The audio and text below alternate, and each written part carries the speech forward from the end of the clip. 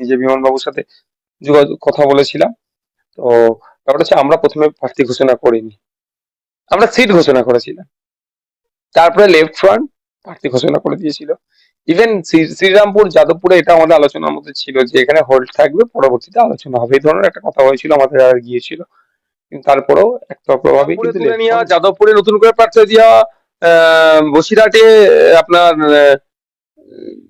ছেড়ে দেওয়া, ধরে নেওয়া, বারাসাতে, এ তো জোটের আলোচনাতে হবে। জোট হলে জোটের মতো লড়াই হবে। তো জোটের সাথে তো অনেক মানুষ হাত বাড়াতে আমরা প্রস্তুত, জোটের মতো লড়াই হবে। জোট না হলে একক লড়াই, একক লড়াইয়ের মতো ভয়ের কি আছে? জেল খাটিয়ে ভয় ভেঙে দিয়েছে। দুটো জিনিস হতে পারে, হয় জেল খাটাবে মিথ্যা মামলা দিয়ে, আর না হলে কি হবে, মেরে দেবে। আর মৃত্যুর ভয় আমরা করি, জন্ম হয়েছে তারপর থেকে তো মৃত্যুর দিকে আমরা এগিয়ে যাচ্ছি, মৃত্যুর ভয় তো আমাদের নাই। আর জেল খাটানোর ভয়টা ছিল সেই যে একবার 42 দিন থেকে সব ভয় কেটে গেছে, ভয়ের প্রশ্ন আসছে না। দল দলের মধ্যে একটা গণতন্ত্র আছে, দল যে ডিসিশন নেবে সেটা মানতে হবে। কিন্তু আমি 100% প্রস্তুত আছি লড়াই করার জন্য। তৃণমূল কংগ্রেস তো ভয় পাচ্ছে বলেই বলছে। আচ্ছা, আমার কাছে আপনার যে প্রশ্ন বেসিসে বলছে, আমাকে কেন মানুষ ভোট দেবে? তৃণমূল যদি মানুষের সেই সমস্ত প্রমিস গুলো পূরণ করতে পারে, সুযোগ সুবিধাগুলো পূরণ করতে পারে, করে যেগুলো প্রমিস করেছিল, তাহলে আমাকে কেন ভোট দেবে? ভোট কাটার প্রশ্ন আসছে না, জিতার প্রশ্ন আসছে না, তাহলে তৃণমূল জিতে যাবে, ভয় পাচ্ছে কেন? আমি তো অবৈধ কিছু দিয়ে ভোট চাইছি না, এই 500,000 টাকা দিচ্ছে আমার ভোট দাও, সেটা তো করছি না। আমি সাধারণ মানুষের কাছে পৌঁছাচ্ছি, মানুষ আমাদেরকে জিতিয়ে পাঠাচ্ছে কেন, পাঠাবে কেন? প্রমিস গুলো করেছে সব ব্রেক করেছে। শুধুমাত্র তৃণমূলের কাছে আর কিছু পেড মুসলিম নেতা আছে, তৃণমূল দ্বারা পেড, তাদের কাজ হচ্ছে শুধু বিজেপি। তৃণমূল সংখ্যালঘু মুসলমানদের কাছে ভোট চাওয়ার মতো কোনো অপশন নাই, বক্তই মুসলমানদের ক্ষতি করেছে। রমজান মাসে ইফতার মাহফিল করছে, 3 দিন ঈদের ছুটি নিয়ে একবারও মুখ খুলছে না। আমি বিরোধী সাধারণ মানুষকে প্রশ্ন করছি, রামনবমী যে রাম জয় শ্রীরাম বলেছিল বলে পেছনে ছুটছিল মমতা ব্যানার্জি, সেই রামনবমীর ছুটি দিয়ে দিল, কিন্তু রমজান মাসে সে ইফতার করছে, 3 দিন ছুটি কোনো নাই। আজকে বিএড এক্সাম ঈদের পরের দিনে, যদি 11 তারিখে ঈদ হয়, 12 তারিখে ফেলেছে। এমবিবিএস এর সমস্ত সম্ভবত 3rd সেমিস্টারের এক্সাম 12 তারিখে ফেলেছে। এগুলো কি রাজ্য সরকারের দ্বারা হচ্ছে না?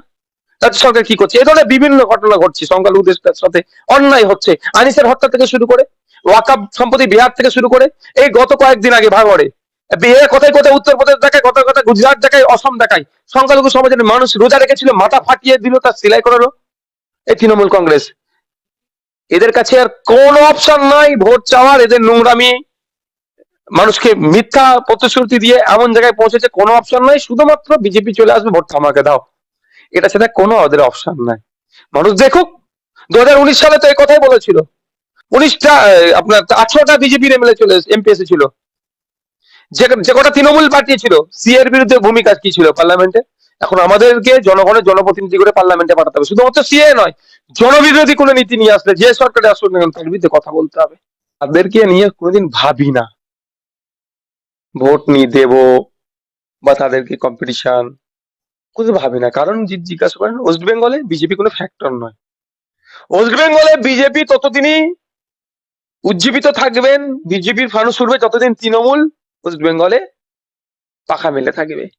তৃণমূলকে পরাস্ত করতে পারলেই বিজেপি ডাউন হয়ে যাবে ওয়েস্ট বেঙ্গলে। 2011 সালের আগে পশ্চিমবাংলায় বিজেপির অবস্থান কি ছিল? দুটো একটা। আর 11 সালের পর থেকে তত্ত্বরিয়ে কেমন বিজেপি বাড়ছে দেখেছেন? আগের টার্গেট হচ্ছে তৃণমূল, প্রথম শত্রু বিজেপি, কিন্তু বিজেপি আসার যে পাইপলাইন সেটাই তো আমরা কাটতে পারি, বিজেপি আসা বন্ধ হয়ে যাবে। সেই জন্যই তো বলা হচ্ছে সেকেন্ড ইন কমান্ডের কথা, আমি পার্সোনালি লড়াইয়ের কথা বলেছি। আর সারা রাজ্যে তো সর্বপ্রথম ওরা বলি বিজেপি আমাদের প্রধান শত্রু, শুধু মুসলমানদের শত্রু না, দেশের শত্রু।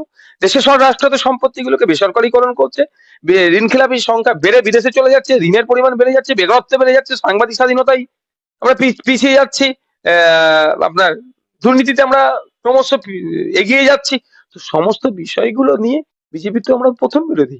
কিন্তু পশ্চিমবাংলার কথা আমি বলি, পশ্চিমবাংলায় বিজেপির অক্সিজেন হচ্ছে তৃণমূল। এই তৃণমূলকে পরাস্ত করার সাথে সাথে বিজেপি পরাস্ত হয়ে যাবে।